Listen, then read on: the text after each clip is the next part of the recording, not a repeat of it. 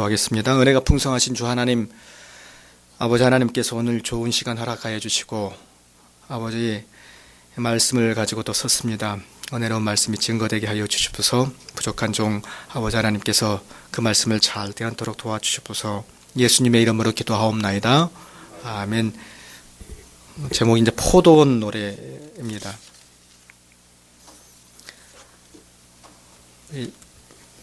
목사님, 사모님 무슨 포도를 제일 좋아하시나요? 캠벨 좋아하시는가요? 가지수가 참 많아요. 인터넷에 찾아보면 캠벨, 거봉, 델라웨어, 다노레드, 힘로데드, 시드 발음도 힘로드, 그 다음에 블랙 올림피아, 마스컷 베리어리. 뭐 아시겠습니까? 우리가 보통 잘 먹는 게 뭡니까? 뭐 거봉 내지는 캠벨, 델라웨어. 우리나라에 이제 포도가 들어오기 전까지는 포도가 처음 소개되었던 포도 중에 하나가 이제 1970년대, 80년대 델라웨어였죠. 그래서 지금 뭐죠?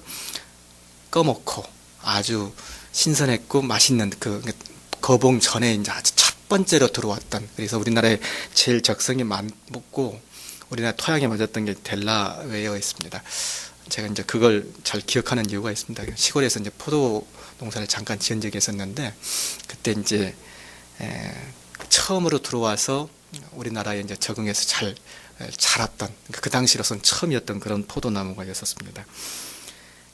포도, 특별히 오늘 본문의 말씀을 보면 이 포도에 대해서 포도원 노래라고 이렇게 얘기하고 있는데, 구체적으로 잘 얘기하고 있습니다. 옛날 분노의 포도라는 그 혹시 드라마, 제가 막 연속 아니 외화였던 것 같은데 혹시 기억하시나요? 분노의 포도. 그 분노의 포도라는 그 TV에 예전에 방영했던 그런 외화가 있었습니다. 저는 뭐 이제 그때 그 당시에 이제 어렸었으니까 뭐 왜 저렇게 뭐 재미도 없고, 그런데 어른들은 보고 울고 막 그랬던 적이 이제 기억을 납니다. 근데 이 커서 나중에 이제 한번 제가 이 분노의 포도라는 작품이 어떤 작품인가 하고 봤더니, 이게 불모지에서 압박과 착취를 받으면서까지 계속해서 악착같이 삶을 포기하지 않고 살아가는 인생을 그리고 있는 그러한 작품이었습니다. 자, 그래서 이제 그래서 그럴 만도 했겠구나. 그러니까 아주 어른들이 울면서 볼만 했겠다 하는 생각이 지금 생각해 보니까 들었습니다. 이 포도나무, 특별히 이제 포도는 이 성경 뭐 구약부터 시작해 가지고 신약 여러 군데에서 이 포도는 좋은 소재, 하나의 좋은 소재로 등장하고 있는 그러한 나무 중에 한 나무입니다. 오늘 본문의 말씀을 보니까 나는 내 사랑하는 자를 위하여 노래하되 내 사랑하는 자의 포도원을 노래하리라, 이렇게 이제 시작을 하고 있습니다. 우리가 이제 포도원, 이제 포도라는 작품이 이제 있는데, 이 포도는 특별히 한 가지 더 얘기하자 보면, 옛날에 뭐 유명한 이제 중국 고사 중에 이런 말이 있습니다. 중국 고사 그 내용 중에 너희는 절대 겉포도는 되지 말고 속포도는 되라, 이렇게 얘기를 하더라고요. 그 말이 무슨 말인가 했더니, 겉은 비록 거물지라도 속은 깨끗한 사람이 되라, 라던 그런 의미를 지니고 있는 단어더라고요. 그런 속담인데, 우리가 보통 신앙생활 함에 있어서 가장 중요한 것은, 비록 우리가 겉 모양은 비록 볼품이 없다 할지라도, 그러나 그 내면에 있는 그 모습은 하나님을 향한 순수함으로 가득 차 있으라라는 어떤 그러한 문구를 이렇게 딱 맞춰주는 것을 알 수 있습니다. 우리가 이제 신앙생활 하다 보면 자칫 우리 부분들이 그런 어떤 모습들을 자주 놓칠 때가 있습니다. 신앙에 있어서 겉모습만 추구하면 결국 속모습은 악화된다는 어떤 그런 취지의 말과 일맥상통한다고 볼 수 있는 내용일 것 같습니다. 오늘 본문의 말씀에서 포도원 노래 이제 구체적으로 한번 얘기를 한번 해보도록 하겠습니다. 제가 이제 장황하게 포도에 관련해 가지고 얘기할 필요는 없을 것 같고요. 오늘 본문의 말씀을 보니까 이 포도원에 대해서 구체적으로 언급을 하고 있습니다. 이 포도원, 내가 사랑하는 자들아, 1절에 보시면 노래하다, 내가 사랑하는 자의 포도원을 노래하리라. 내가 사랑하는 자에게 포도원이 있으며 심히 기름진 땅에 기름진 산에로다. 이 사랑하는 자가 과연 누구일까요, 여러분들? 이 내가는 여기서 이제 이사야를 이제 직시장하고 있고요. 내가 사랑하는 자, 즉 하나님을 얘기하고 있습니다. 하나님을 위하여 노래하리라. 지금 이사야가 지금 노래를 하고 있습니다. 노래를 하면서 내가 사랑하는 자에게 포도원이 있으며 심히 기름진 산에 있습니다. 이렇게 얘기를 하고 있으면서 2절 이하에 쭉 이제 그 내용을 언급을 하고 있습니다. 포도원 노래. 나는 이사야 선지자, 사랑하는 자는 바로 하나님입니다. 자, 이사야는 그야말로 하나님을 사랑한 선지자가 맞았습니다. 하나님의 포도원으로 참으로 기름진 산에 있었습니다. 젖과 꿀이 흐르는 그러한 땅에 있었습니다. 지금 약속의 땅에 하나님의 백성들이 분명히 있어야 된다는 사실을 깊이 있게 가르쳐주고 있습니다. 포도원 땅, 이 포도원 땅은 사막 지역의 뜨거운 태양열로 인해서 갈라지지 않도록 파서 이제 일구었다라고 2절에서 구체적으로 잘 언급을 하고 있는데, 땅을 파서 돌을 제하고 극상품 포도나무를 심었도다. 그 중에 망대를 세웠고 또 그 안에 술틀을 팠도다. 좋은 포도를 맺기를 바랐더니 들풀을 맺었도다. 극상품 포도가 누구일까요, 여러분들? 이스라엘 백성. 이스라엘 백성들에게 그야말로 지극정성을 다해서 하나님께서 그들을 아끼고 사랑하여서 그들에게 아주 극적으로, 아주 극한 대접을 하면서까지 돌을 제하고, 포도원 그 주위에는 항상 풀이 많으니까요. 풀이 많으니까 그 모든 것들을 다 제하고, 돌을 제하고, 땅을 파서, 왜요? 포도 자체가 일단 어떻습니까? 나무가 많고 열매가 많기 때문에 그 자리가 자체가 이렇게 딱 안정적으로 치어야 될 거 아닙니까? 극상품 포도를 심었도다. 그 중에 망대를 세웠고, 왜 그렇습니까? 망대. 누가 올까봐, 즉 도둑이 될까봐 망대를 세웠고, 그리고 또 그 안에 술틀을 팠도다. 술틀이 뭡니까? 이제 나중에 수확하면 거기에 딱 짜기 위해서 그런 모습까지 다 그려내고 있습니다. 자, 그런데 좋은 포도나무를 맺기를 바랬더니 오히려 들포도를 맺었도다.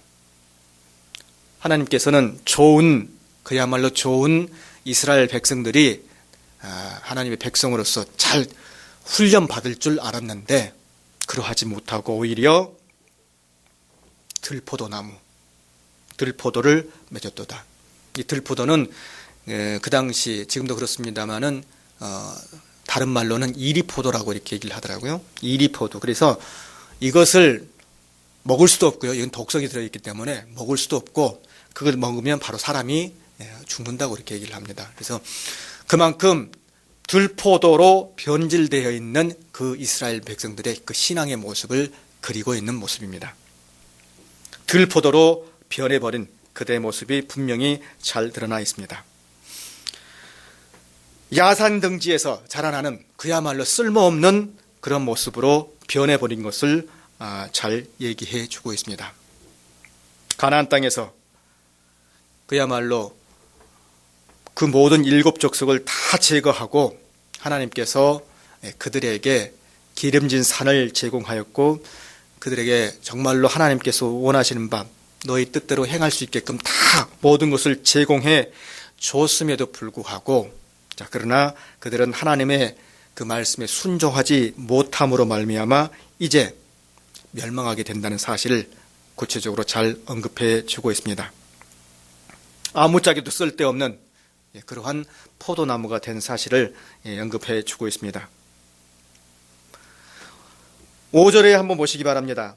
5절에 보시면 3절 4절 약간 건너뛰고요. 이제 내가 이 포도나무 내 포도원에 어떻게 행하야 될지 너희가 이르라. 내가 그 울타리를 걷어 먹힘을 당하게 하여 그 다음을 헐어 질받게 할 것이다 라고 얘기하면서 이제는 더 이상 너와는 상관이 없는 그야말로 너의 진노가 반드시 임할 것이라는 사실을 깊이 있게 가르쳐주고 있습니다.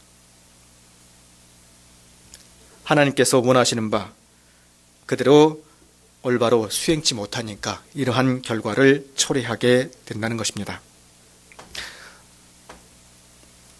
올해는 태풍이 딱 하나밖에 오지 않았습니다. 태풍이나 보통 집중 호우 다음에 보통 그 망가진 그 과수원 그리고 농가밭을 보면서 그 망연자실하게 하는 그 농부들 많이 보셨죠? 그 표정이 어떻습니까? 그야말로 아이고 1년 농사 다 이제 끝났다라는 어떤 그러한 심정 아니겠습니까? 마치 그러한 표정이 연상되는 것 같습니다. 하나님께서 정말로 지극정성으로 그들을 키웠는데 그들이 올바로 서지 못하고 넘어졌을 때 아이고 내가 이들을 왜 정말로 데려왔는가 그리고 왜 키웠는가 하는 어떤 그 정말로 그 실망과 기대가 이렇게 만감이 교차하는 것을 아마 하나님께서 느끼지 않으셨을까 하는 그런 본문의 말씀이 오늘 등장하고 있습니다. 여러분, 비단 유대 백성들에게만 이 본문이 해당되는 것은 불가 아닐 것입니다. 오늘 사는 우리에게도 분명 해당되는 그러한 내용일 것입니다. 우리가 이제 선교사를 통해서 우리가 복음을 접한 지가 한 이제 100년이 넘어갑니다. 넘어가는 동안에 정말로 엄청난 부흥도 했고, 자, 그를 통해서 여러 많은 교회들이 성장을 했습니다. 성장을 했습니다. 근데 이 성장하는 과정 중에서 정말로 하나님의 백성으로서 우리가 올바른 길을 갔다라고 우리가 온전히 자부할 수 있을까 하는 생각이 듭니다. 정말로 하나님 백성으로서 순종하는 마음을 가지고 지금 걷고 있는가?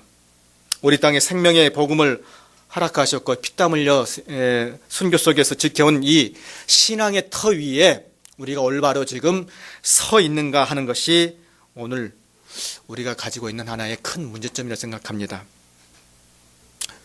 많은 교회들이 지금 교회의 어떤 정체성 때문에 많이 힘들어하는 거 있고요. 또 여사히 조영국 목사님께서 말씀하셨지만 이 WCC 문제 때문에 많은 교회들이 거기에 지금 혹하고 있습니다. 오늘 제가 잠깐 어디 강의할 일이 있어서 갔는데 거기에 출석하신 어떤 통합측 목사님은 WCC에 대해서 왜 WCC가 나쁘냐고 이렇게 반문을 하더라고요. WCC가 그야말로 교회 통합적인 차원에서 하나의 일치운동으로 좋은 취지가 아니냐. 근데 왜 그걸 굳이 반대를 하느냐. 그러면서 합동쪽 목사님들은 조금 너무 이렇게 속이 좁지 않느냐 하는 시각으로 이렇게 얘기를 하더라고요. 그래서 어떻게 대답을 할까. 그래서 참 답답하다 하는 생각이 많이 들었습니다.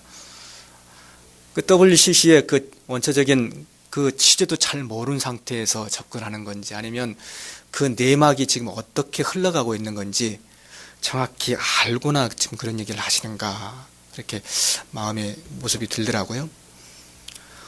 우리 신앙생활을 하며 있어서 여태까지의 어떤 신앙의 나름대로의 기초를 가지고 이렇게 세워왔습니다. 자, 그런데 하나가 어떤 잘못된 뼈대가 세워지면 이 건물이 무너지는 것은 한순간이죠. 신앙의 기초가 분명히 서야 되는데 그러하지 못했을 때 결국 좋은 신앙은 무너지기 마련입니다. 그 WCC 어떤 그런 취지뿐만 아니라 여러 많은 신학의 기초들이 지금 계속해서 왜곡되고 있는 것을 볼 수가 있습니다. 하나님께서 그걸 보시고 과연 기뻐하실까라는 것입니다. 오늘 본문의 말씀 중에서 이 유다가 나름대로 신앙생활, 나름대로 자기의 본연의 모습을 가지고 커왔습니다. 자, 그런데 순간 어느 한 부분에 불순종하게 되면서 그만 이렇게 넘어가고 결국은 이제 유다가 멸망하게 되는 그러한 일순간까지 지금 닥친 것을 볼 수가 있습니다. 이사야서 3장에 보면 이제 예루살렘이 곧 멸망할 것이라는 내용을 깊이 있게 담고 있습니다. 그러면서 5장에서 그걸 구체적으로 시적으로 지금 표현하는 것을 우리는 알 수 있는 것입니다. 5절과 6절을 보시면 이렇게 얘기하고 있습니다. 하나님께서 분노하시며 이제 하나님의 보호를 반드시 거두시겠다고 얘기를 하고 있습니다. 6절에 보시면 그것을 황폐하게 하리니 다시는 가지를 자름이나 북을 돋우지 못하여 찔레와 가시가 날 것이며 내가 또 구름에 명하여 그 위에 비를 내리지 못하게 하려 하니라. 하나님께서는 결국 분노하시겠다 이렇게 얘기하시고 또 그를 짓밟겠다 얘기하시면서 이제 분명히 하나님께서 선을 그으시는 것을 알 수가 있습니다. 보통 여러분 관심이 있으면 아이들을 채찍을 때려서라도 반드시 이제 다시금 되돌리면서 회개를 시키죠. 네가 잘못했으니까 다시금 내가 너 이렇게 사랑할 기회를 줄 테니까 다시금 하지 말라 이렇게 얘기를 하죠. 근데 오늘 본문의 말씀을 보니까 이제 하나님께서 짓밟아 버리겠다. 그리고 뭐라고 얘기합니까? 황폐케 하린다. 무슨 말입니까? 너와 나는 이제 상관이 없다. 이제 하나님께서 너희에게 무관심할 것이라는 사실을 분명히 여실히 잘 얘기해 주고 있습니다. 7절에 보시기 바랍니다. 무릇 만군의 여호와의 포도는 이스라엘 족속이요 그가 기뻐하시는 나무는 유다 사람이라. 그들에게 정의를 바라셨더니 도리어 포악이요 그들에게 공의를 바라셨더니 도리어 부르짖음이더라. 하나님께서는 그들에게 분명히 공의를 바랬다. 자, 공의를 바랬다. 하나님께서는 분명히 공의를 바라셨던 도리어 포악이요. 도리어 이제 포악을 하나님께서는 보여주셨다는 것입니다. 이걸 좀 히브리어로 보면 아주 좀 은율이 아주 비슷한 느낌이 들 겁니다. 이 공이라는 것은 히브리어 단어로는 미시파트고요. 포악이라는 뜻은 미스파. 의로움은 체데크이고요. 공의. 그다음 부르짖음은 뭐라고 얘기하고 있냐면 체카. 그러니까 미시파트하고 포악은 미시파. 의로움은 체데크. 그다음에 부르짖음은 체아카. 그러니까 은율 자체가 아주 비슷한 어조끼리 이렇게 딱딱 구성이 되어 있죠. 공의는 미시파트, 미시파, 체데크, 체아카. 그러니까 이렇게 조금 시적으로 그리고 은율적으로 표현을 하면서 하나님께서 지금 이스라엘 백성들이 곧 이러한 모습으로 될 것이라는 것을 얘기하고 있는 것입니다. 공의 반대는 이제 포악이 되고 그 다음에 의로움이 반대는 부르짖음이 될 것이다. 이렇게 지금 시적으로 표현하면서 대조를 이루고 있는 부분을 알 수가 있습니다. 들포도처럼 이제 변질돼 버리는 그러한 신앙이 이 이스라엘 백성들에게 특별히 유다 백성들에게 임하고 있다는 사실을 얘기하고 있는 것입니다. 하나님께서는 분명히 우리에게 극상품의 포도 열매를 기도하셨습니다. 자, 그런데 오히려 그 미시파트, 체데크, 즉 의로움과 공의와 의로움에서 벗어나서 이제는 어떻게 변합니까? 미시파와 체아카, 포악과 부르짖음으로 이제 그 신앙 자체가 변질되는 것을 볼 수가 있는 것입니다. 1절에서 계속해서 이렇게 얘기했었습니다. 내가 사랑하는 자의 포도원을 노래하리라. 내가 사랑하는 자에게 포도원이 있으며 내가 사랑하는 자를 위하여 노래하되. 사랑한다, 사랑한다, 사랑한다. 이렇게 계속해서 강조되어 있던 그러한 하나님의 사랑이 이제 5절, 6절, 7절, 이제 8절 이하로 넘어가면 어떻게 얘기를 하고 있냐면 계속해서 하나님께서 뭐 있냐? 화 있을저, 화 있을진저, 화 있을진저 라고 얘기를 하고 있습니다. 사랑에서 이제 뭘로 변하고 있습니까? 화로 변하고 있는 것을 볼 수가 있습니다. 하나님께서는 분명히 그들에게 하나님의 능력 안에서, 하나님의 그 사랑 안에서 거하기를 원했지만은 그 거하는 모습, 불순종하는 모습이 생겨나니까 결국은 이렇게 화로 끝나게 될 것이라는 사실을 얘기하고 있습니다. 그러면서 여기 오늘 본문의 말씀 읽지 않았습니다만은 10절에 보면 열흘같이 포도원에 겨우 포도주 한 바타가 나겠고 한 호멜의 종자를 뿌려도 간신히 한 예바가 나리라 하시도다. 한 예바, 밑에 보시면 우리 주석이 잠깐 보시면 10예바는 한 호멜, 즉 이 되로 봤을 때 결국 소출되는 게 얼마인지 아십니까? 한 대밖에 안 된다는 거예요. 한 대밖에, 너네들이 아무리 길고 날라봐야 한 대밖에 안 되는 그러한 열매밖에 거두지 못할 것이다. 무슨 말입니까? 결국 아무런 거의 소출이 없을 것이다 라는 것입니다. 왜요? 하나님의 명령, 하나님의 말씀에 순종치 아니하였으니까 그 결과가 결국 그렇게 될 수밖에 없다라는 것입니다. 자, 그러면서 우리가 주제하는 것처럼 586년에 이제 유다가 멸망을 하게 되는 그러한 내용을 담고 있습니다. 여러분, 신앙에 있어서 우리 모습을 다시 한번 점검을 해보시기 바랍니다. 우리가 사는 이 시대에 정말로 내가 하나님의 공의와 그 의를 올바로 알고 살고 있는가? 도리어 내 신앙의 모습이 하나님의 포악을 불러일으키고 혹 하나님의 그 부르짖음, 그러한 모습으로 우리가 변질되고 있지는 않는지 한번 점검해 보시길 바랍니다. 우리 교회가, 특별히 이제 서울연합교회가 하나님 보시기에 합당한 교회가 되기를 원합니다. 이 인근에 죽어가는 많은 영혼들을 위해서, 그들을 위해서 기도하는 교회가 됐으면 합니다. 들포도를 맺는 것이 아니라 하나님 보시기에 정말로 값진 극상품의 포도가 되기를 원하는 것입니다. 공평과 의로움, 사랑과 정의가 넘치는 그러한 모습이 우리 모습 가운데 있기를 원합니다. 여러분, 우스갯소리로 이런 말이 있습니다. 우리가 다 40이 넘어가면 남자나 여자나 그렇게 성차별이라죠. 성차별은 많이 무뎌진다고 얘기를 합니다. 20대나 30대 보면 그 남성, 여성 상당히 그 성에 대해서 민감한 그러한 때입니다.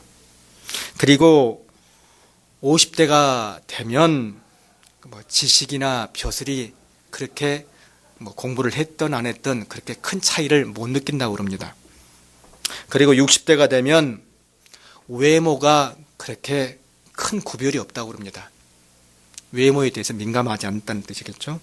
그리고 70대가 되면 이 건강에 대해서 서로 간에 비슷비슷하다는 것을 알기 때문에 건강에 대해서 이렇게 관심을 갖게 되고요. 80대가 되면 먹고 입는 것이 거의 비슷하다고 얘기를 합니다. 잘 사는 사람이나 못 사는 사람이나. 자, 90대가 되면 산 사람이나 죽은 사람이나 다 생사가 비슷하다고 얘기를 합니다. 근데 결국 뭡니까, 여러분들? 아멘.